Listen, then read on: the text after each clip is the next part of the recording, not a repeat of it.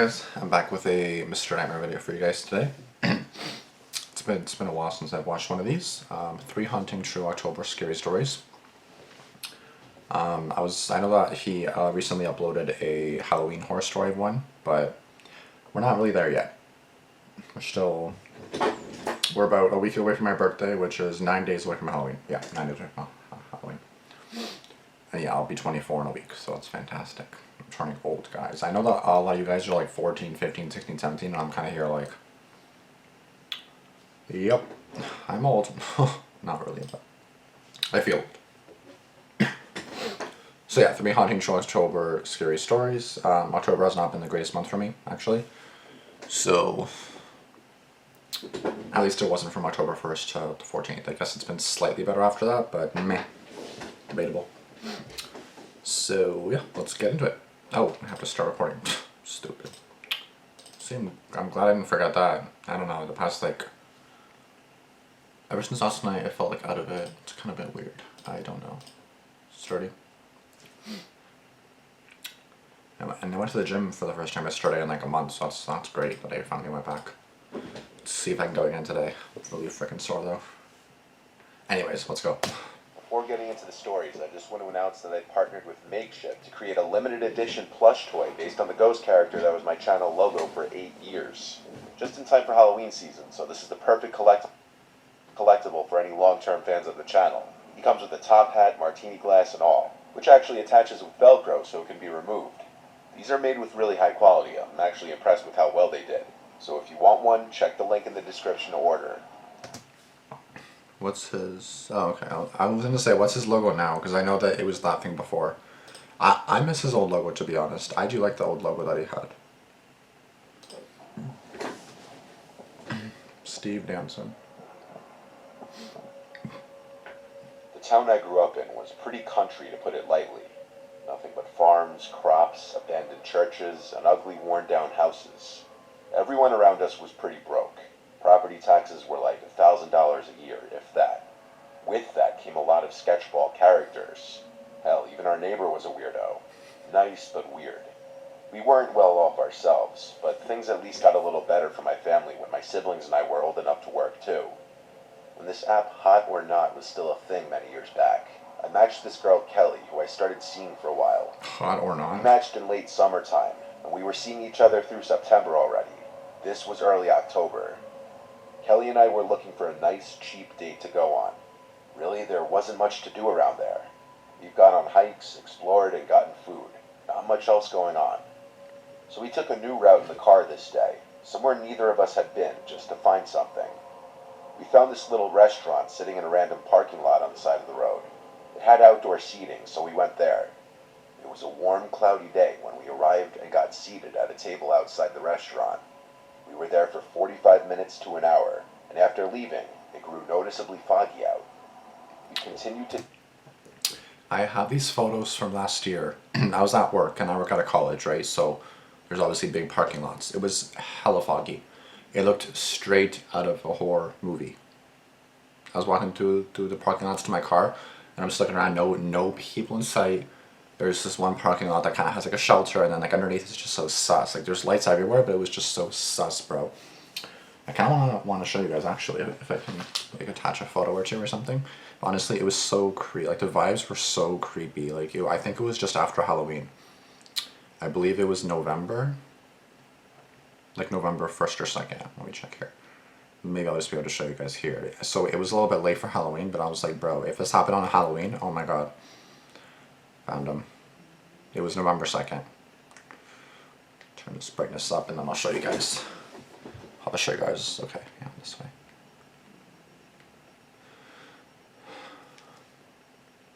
Sorry it's taking so long. I could have just attached the photos, but that's one of them.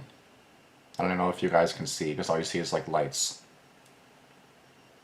Maybe I'll just attach 1 or 2 photos for you guys, but honestly it's really sus. Yeah, maybe I'll do that. But it's really creepy and it's like really sus, and I was walking through that to get to my car, and I was like, sorry, my dad's car, and I was like, ooh, am I gonna get murdered or something? Like I was actually prepared to get shanked.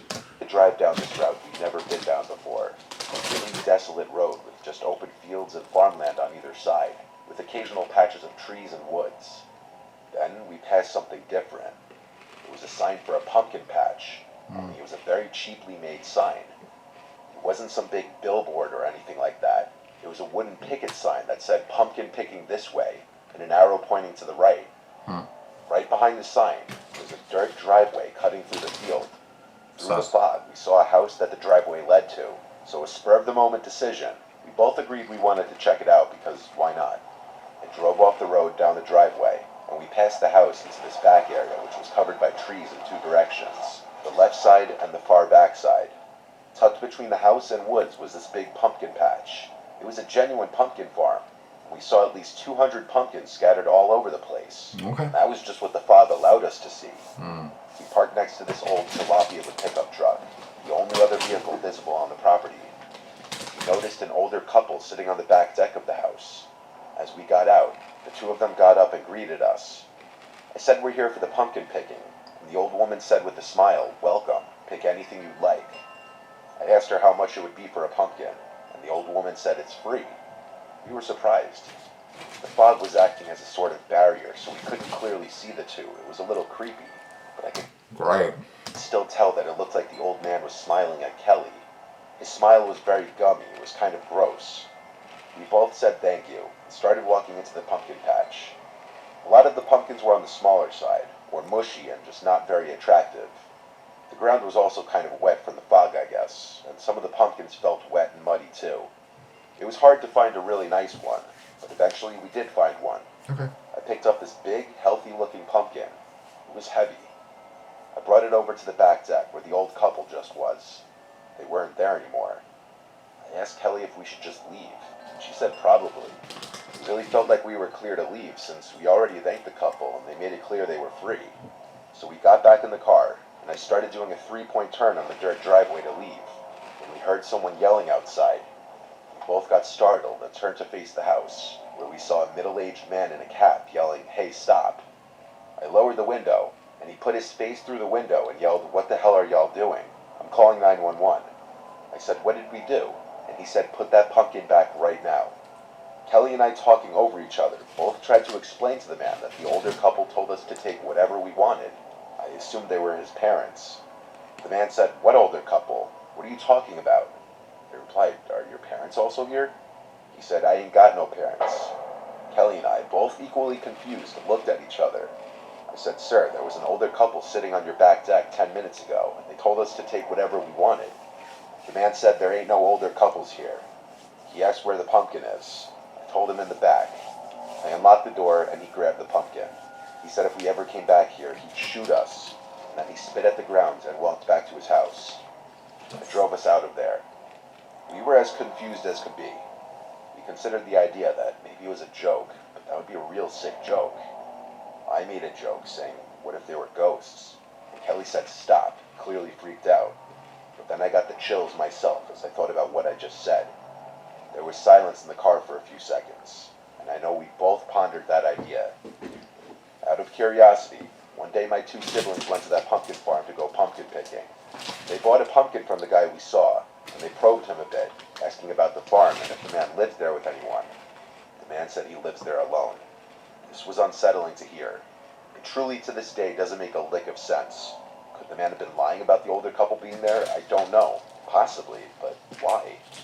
The scarier question is, what if he wasn't lying, and he truly does live alone? And who were those people?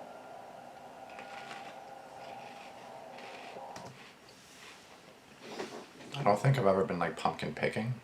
I don't even know if I've been to a pumpkin patch, to be honest. I don't really do anything. But that's sus. I was kind of thinking ghosts. I don't know if I believe in ghosts, but It was late October when I woke up to one of my best friends, Connor, hitting me up asking if I was down to come to his house later. It was a Saturday afternoon, and I was in high school at the time, so I spent most of my weekends with friends. Connor's parents were out of town for the weekend, and he was home alone with one of his older sisters, whom I'll just call Chantel. She was supposedly watching him the entire weekend. With that information, I knew he was just asking me to come over and party. Again, I didn't have any work responsibilities to worry about at the time, so I agreed to the idea and headed over to his house. okay. When I got to his house, played some Call of Duty on his family room's couch for a few hours, talking about school, sports, girls, and whatever else we cared about at the time. Eventually, he brought up the idea of going to a Halloween party in his neighborhood that a bunch of people from our high school were going to. At first, I was a bit hesitant of the idea, but after some convincing, I was down to go. Honestly, with me and parties, I mean, I don't know, nobody asked me, but like, with me and parties, it's just like really like iffy. It depends if there's like drinking. Obviously, I assume there's no drinking if it's a high school party, but guess what? You know, people drink no matter what age they are, so they probably were gonna drink too. I don't know. Well, now you message me. Of course, I'm doing a freaking video. I swear to God, people always the people that I want to hit me up don't hit me up until I'm busy and I don't want to respond at that moment. You can answer the question I asked you. Like, what the fuck? Like, why are you sending me a Snapchat but not answering the chat? Oh, he didn't open it yet. Okay. Anyways, sorry guys. So yeah, with me and parties, like obviously people drink no matter what. They don't care if they're 19 or 21 or whatever. Again, the age of thing for that is 19 here, 21 for the States. So, you know, sucks to be you guys. But yeah, so parties and me, like it just depends if there's alcohol, drugs, and everything. Because then people are gonna try to convince me, and I just don't care to do that because that's just not me. And if I get convinced to do it, I'm just gonna want to leave, and that's not gonna be fun for me. So it just depends, like what kind of party it is. Like that's kind of why I don't go to parties. I don't mind parties, like if it's just like I with my friends or whatever. But if it's like a random high school party, it's just kind of like I don't know. I just don't like the vibes. I'm not that much of a party person either. Like I do get bored and sad, and I'm just kind of like I'm a loser, crying in bed on a freaking Saturday night. But at the same time, it's like I'd rather be with friends, not out partying at an actual party. You know what I mean? I'm not introverted or anything. I just wasn't feeling like partying that night. But Connor was dying to go. So trying to be a good friend, I agreed to go. I asked him about getting some kind of costume, and he had 2 security staff shirts that we could just throw on and use as the bare minimum of a Halloween costume. No. We continued to play on Xbox for a few more hours until 10:30 rolled around.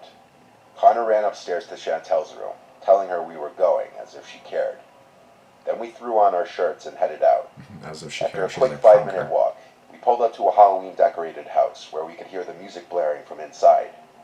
We walked past the decorations and through the door, where we were slammed with the loud music we heard outside. The place was packed with maybe 70 other high school kids raving and just talking in groups throughout the house. It was your average high school party. A few minutes later, I'd already lost Connor as I was pulled aside by Lino, one of my baseball teammates who I'd hardly seen at all that year. He sat me down on a couch in a circle with some of my other friends and teammates. We continued to talk for a couple hours, laughing at dumb memories brought up in conversation and partaking in activities that So you talked to this Lino person for 3 hours and you just totally forgot about Connor? Like, what? normally go down at parties. At this point in the night, I was feeling tired and completely out of it. I knew it was time for me to go home and get some rest for the night. I looked through the party for Connor, where he was flirting with a girl in the corner of the kitchen. As I accidentally interrupted his conversation, I asked him if it was cool for me to go back to his house and sleep. He agreed and said he was going to stay for a little longer, but the girl he was talking to asked if I could go get some drinks from the basement. I agreed to do so after realizing I completely interrupted their deep conversation. It was the least I could do. It didn't take me long to find the basement, as I opened the door and headed down the dimly lit stairs. I stumbled down the last few steps and fell into the fridge.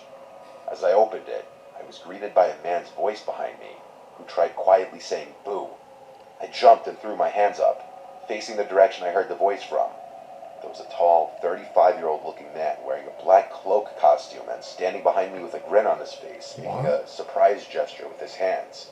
What the hell was that for? I yelled, with a clear slur in my speech. The guy laughed and introduced himself as the party host's cousin. I was so out of it, I didn't even question why he was in a dark basement by himself. There was a massive party going on upstairs with loud music. Right? Yeah. I'm just gonna hide in the basement, wait for one of these kids to come down. It's like, what the fuck? The guy awkwardly tried making conversation, but I told him I needed to get my friend his drink and leave the party. I'm honestly pretty open and chatty to strangers when I'm out of it like that, but even at that moment, I didn't like his vibe. I tried everything I could to get away. He blurted, "Nice meeting you," as I turned around, walking up the creaking stairs. I told my friend goodbye and left the party. The lights and Halloween decorations on each house in the neighborhood lit up the street as I walked back to Connor's house. Didn't really matter though, because the walk was literally 5 minutes at most.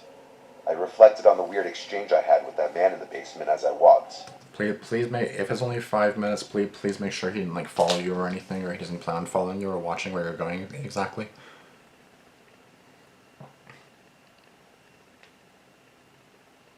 Okay, so he opens my chat but doesn't answer the question I asked him. Bro, what are you doing? I couldn't shake the odd vibes he gave off. The more I thought about it, the weirder it became in my head. I eventually got to Connor's house. It was completely dark, and Chantal's car was gone from the driveway, meaning I was home alone. I walked into the dark, eerie house and didn't bother turning on some lights. Just headed straight to the basement to sleep. Are you sleeping I in the walked basement? down there and passed out on the couch. I lay like a baby for maybe 15 minutes until I heard a crashing noise upstairs. It woke me right up. I tried listening for anything else, but I heard nothing.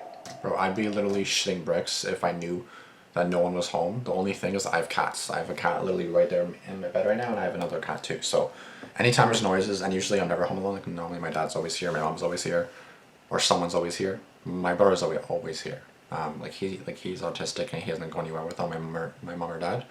And obviously at nighttime my parents are home unless my mom's working night shift. So either way there's always someone home. But anyways, let's say I wasn't home. Like right now my dad's downstairs, my mom's sleeping in the other room after a night shift. So yeah, and my brother's downstairs, I'm right here. So we're all home right now. So you know, someone's always normally here with me. The house is the house is rarely ever alone with no one in it. Very rarely. Especially at nighttime because my brother obviously goes to bed here, so. But yeah, anytime I hear a noise like that when I'm supposed to be home alone, I kind of like, it's fine, it's probably the cats. You guys probably can't see her. You know, it's fine, it's probably the cats, it's fine, hopefully. I thought I was hearing things, then tried getting back to sleep. I don't know how much time passed from when I first heard the crash, but I could hear the floorboards above me creaking like someone was walking on them. Oh no. I thought it was Connor or Chantel, but it sounded way too heavy to be either of them. I pulled out my phone and texted Connor, asking if he was home yet.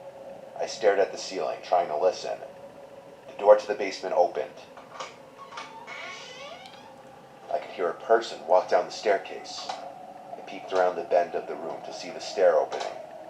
I saw the man I saw earlier at the party. Oh my standing god. right there, quietly, illuminated by the stair light. Oh my I god. tried not to make any noise, praying that the man would just walk away. A few moments passed by before he randomly turned and quietly walked out of the basement, closing the door. I picked up my phone and dialed 911. I explained the situation to them, gave them everything they needed, and I waited patiently in the basement for them to show up. I tried opening the windows down there, but they were all sealed shut. I had no escape through the basement door that the man was standing by earlier. The cops eventually came, and they arrested the man because he was still there. He was found hiding underneath Chantel's bed. Oh my god. She had gotten home and was getting ready for bed, and was moments from getting into the bed when she heard the cops knocking on the front door downstairs. Oh my god. I have no idea what his intention was, but clearly he followed me home. The whole encounter has really confused me. I'm just glad things played out the way they did. I'm confused too, because obviously he was being like, you said it was like a 35-year-old man. And what I assume this kid was like a high school kid, right? So like 15, 16, 14, who knows, 17. Yeah, that's definitely kind of weird. Like, was he after the guy or the girl? Because he was under Chantal's bed, but then he went to the basement first. Or was he after both of them? It doesn't matter regardless. Because either way you're breaking into someone's house. Either way you don't do that, even if the person is overage or over 18, you still don't break into someone's house. How did he get in the house anyways? Did Connor or whatever the friend not lock the door or something? He's telling me another. Okay, I swear to, if this guy doesn't answer my question, I asked him, when are you gonna be back in my city? Because he's in a different city. Like, I get who you're with, I know who you're with, bitch, but tell me, bruh, when are you back in?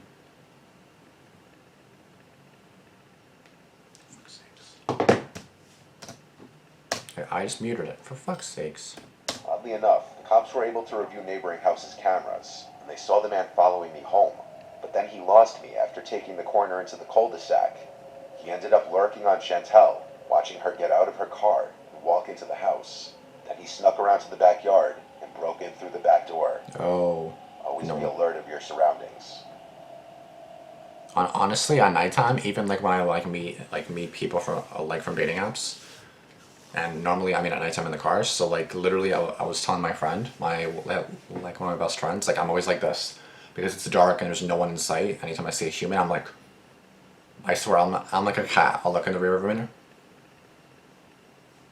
Like I'll literally do that because you don't know who you're meeting, right? And then you want to make sure that like obviously like you do a face confirmation on Snapchat or Instagram, like a live photo saying, this is who I am. Like some people are like, oh yeah, no, you'll see my face when we meet. I'm like, you're funny, you're fun. No, I'm saying it right now, or we're not meeting. Simple as that. Stupid. It was the middle of October. The leaves were just starting to change to that beautiful mix of orange and yellow. I love when I do that. My wife Courtney and I are a gay couple. We've been married for 2 years now. We wanted to take advantage of the fall foliage and go to the Catskill Mountains in New York. We booked an Airbnb by Overlook Mountain, a That's so popular pretty. hiking destination. We're avid hikers, so we go all over the country to explore national parks and famous hiking destinations. That's cool. This was our third time going to Catskill, New York. The owner of the Airbnb was an adorable. Catsville or what do you say? We go all over the country to explore national Catsville? parks and Am I stupid or did you say Catsville? famous hiking destinations. This was our third time going to Catskill, New York. Catskill. Okay. The owner of the Airbnb was an adorable looking sweet woman who was definitely in her 50s or 60s. Out of respect, I'll just name her Kathy. Kathy was very easy to work with and very responsive. She had the key to the little house hidden in a code-locked mailbox, and she gave me the code. Inside was a very rustic and cabiny type of feel, with wooden walls and floors, but bright-colored rugs to cover the wood floors. That looks so pretty, It was well actually. kept and nice. Spacious enough for 2 people. That's Outside was beautiful. woods in all directions. I just hate all the windows because at night it would just be so scary. Like I feel like in the daytime that's so good, but like in the nighttime, just pitch black. Unless you have like lights on, but still it's like pitch black and it's just like a really eerie vibe.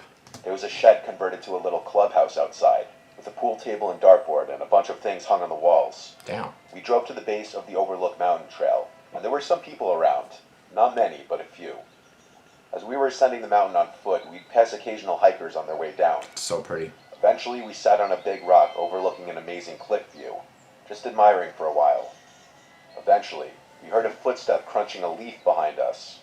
We turned around and saw a woman by herself, leaning on a tree. She was like 55 or something. She was clearly looking at us until we turned and saw her. Then she awkwardly looked away. I would have otherwise said hi, but she made it weird. We just ignored it, until randomly we heard her say hi.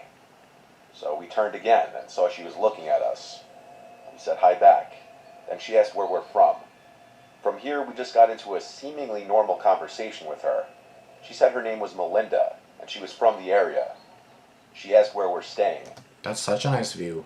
offering her knowledge of the area to suggest places to check out. I told her right up the road at an Airbnb. She suggested some places to go, and then the conversation kind of died off from there. Courtney and I said, well, it was nice meeting you, as we now started descending the trail back towards the car. Weirdly, we noticed the Melinda lady was now also heading down as well, but she was keeping a bit of a distance, not within earshot. We found a spot to rest on the way down for a minute, and we noticed Melinda seemed to stop too at the same time. Bro. She was still out of earshot. This was weird. We felt like she was following us, so we decided to just stay put and wait her out, see if she'd move. After a while, she finally did continue making her way down, past us. She looked at us and smiled and said okay as she walked past us. What? Okay. What? We waited till she was out of sight before we continued hiking down. We got back to the parking area a while later, and from there we went straight back to the Airbnb right up the road. We were exhausted, so we took a nap. Then we went out to eat at this place called Garden Cafe, which was highly rated. After that, it was pitch black out, so we went back to the Airbnb with plans to just cuddle up and watch. Okay, so there's like, yeah, this is the same view just from outside. This is light here, but still, like, I don't know, it still seems kind of sus. That's really pretty. Candles, that's fucking beautiful, bro. Movies. But it's also being like around the woods, I'd be like, hell no. Nope. We had a long day of hiking, so we were going to sleep good. There was only a TV in the living room, but it was set up to have Netflix and everything. So we found a good movie to watch and put it on. We were so tired that we started drifting off to sleep halfway through the movie. I noticed Courtney was completely knocked out, and I was following suit, when suddenly, I was immediately snapped back awake to the sound of knocks at the door. We were in the middle of the woods. Knocks at the door were a huge concern. Nobody should be here. There was no peephole in the door. I couldn't check who was there. All the blinds were closed, and I wasn't going to dare peeking out of one of them. I shook Courtney awake and told her someone's at the door. I muted the TV, and we waited for a second set of knocks that came only seconds later. We both agreed there's no shot we were opening the door. It was still early, like 9 o'clock, so I texted Kathy asking if she was at the door. There was then a knock at the window, and a woman's voice on the other side asking if someone in there. Courtney and I were now freaked out. I'd say we were in a panic. Knocking on a stranger's window is not a normal thing somebody does. What happened next was even more disturbing. We heard the person trying to lift open the window. Thankfully, it was locked. Kathy was calling me now. I showed Courtney, and she said maybe it is her outside, that's why she's calling. I picked up in a low voice, and Kathy on the other end told me she was at home, and she asked who was outside. When I told her what's happening, she sounded confused and concerned. None of her friends or relatives would go to that house, she said. She told us don't open the door, and we took her advice. After hanging up, there were now knocks on another window, and the voice called, "I need help, please let me in." We knew better than to fall for this. Something bad would happen if we let them in. We started to realize it could have been that weird lady from the hiking trail. Yep, Like, 100%. what if she followed us back to the Airbnb? She did. We honestly wouldn't have even noticed. I went to the bedroom, and it was completely pitch black, and I ever so delicately Did you see I went that? to the bedroom, and it was completely pitch black, and I ever so delicately moved the blind up just a crack to peek outside. There was a man walking past the window. He didn't notice me. I went back to Courtney to tell her that there were multiple people out there. This was an invasion. We called 911. I gave them the address and stayed on the line. There were a few more knocks at the door, but we never answered. The people outside eventually gave up, I believe, because the knocks and yells stopped. The police took a while to get there, but when they did, we felt a lot better. The officers were very nice, and they stayed with us while we figured out what we wanted to do. I called Kathy again and explained what happened and why we didn't feel safe staying there tonight anymore. She was completely understanding.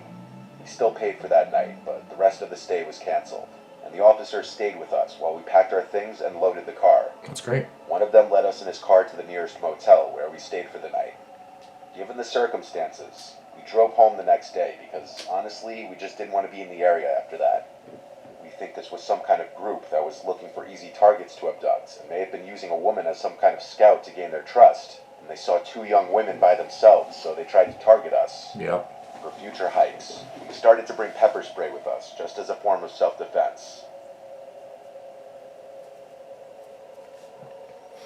Yeah, it sucks that nowadays you literally have to like have like protection on you, not that kind of protection, like actual protection, and just in case someone tries to like attack you or kill you, it's like, bro, like relax, like people.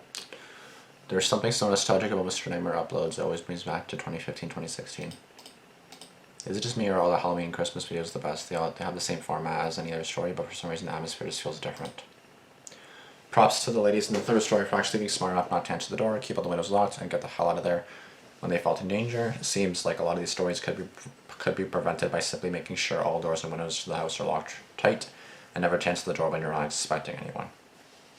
Again, it could be someone asking for help. That's the only thing that I kind of like think, but it's like you're in the middle of nowhere, like they find one house, and that honestly someone could be in danger. Like what if someone's trying to kill them, but then what if they're trying to kill you? It's like you gotta make a split-second decision. It's like, do I answer it? Do I not? If a stranger asks you where you're staying, do not tell them, or tell them somewhere different than where you're actually staying. Exactly. It's simple as that, because then it's like, oh, where are you staying for the night? None of your business, bitch. Mad props to Mr. Nightmare for educating people on danger, self-preservation, and situational awareness. I'm obsessed with your little plushie. Ow, ow, ow. The inclusion of ambient sound and stinger noises that scare parts in these videos are brilliant. I love them. Honestly, it is. It's what set Mr. Nightmare apart from all other narrators. Yeah, like he has these like subtle sounds like and it's like I get scared, you know. So I like watching them. They're actually really good. That second story was the most interesting one in my opinion. Several leads to know that the intruder got caught and arrested. In a lot of these stories, the bad guy often ends up escaping by the time police arrive. Exactly. I'll read 2 more comments. Thank you for being the best scary storyteller throughout the years. You're an OG, and it feels nice that you still make these videos for us to enjoy. I've been with you for 8 years, and hopefully 8 more. Evening, fellow Mr. Nightmare fans. Been a fan of this channel for 8 years. Never a bad day where he uploads, especially for spooky season. Wait, how? 30 minutes? There's no way this video is 30 minutes long. Okay, well I guess this is 19. Okay. You know what, still, that's a long video. I thought this was like a 15-20 minute video for some reason, even though the video is 20 minutes, but thank you guys so much for watching. If you guys enjoyed this video, please be sure to give it a like, comment down below all your thoughts, if you guys have any scary October horror stories. The reason why October has been a horrible month for me, or at least the first half, was because I had 2 vehicle incidents. One was like an accident, and one I just kind of like really minorly damaged a vehicle. Not necessarily mine, and then I got into a car crash 2 weeks later, exactly two weeks later. Or actually maybe 13, basically 2 weeks later, I got into a car accident, not my fault. And then I lost my best friend, we made up, we're all good. Work has been annoying, so to say the least. Just everything that's happening, you know what I mean? It can be a lot, but anyways, yeah, it was just a lot, you know, so that's why the first half of October, not so good for me. And then again, my birthday's in a week, so hopefully it gets better. But yeah, thank you guys so much for watching. I'll see you guys in the next video. Again, spam the comments down below. And these Halloween stories right here, 3 Destroying True Halloween stories, I'll probably watch on Halloween. Halloween day, Halloween night. And I'll upload that for you at that time. So, I'll see you guys in the next video. Thanks for watching. Deuces. Peace.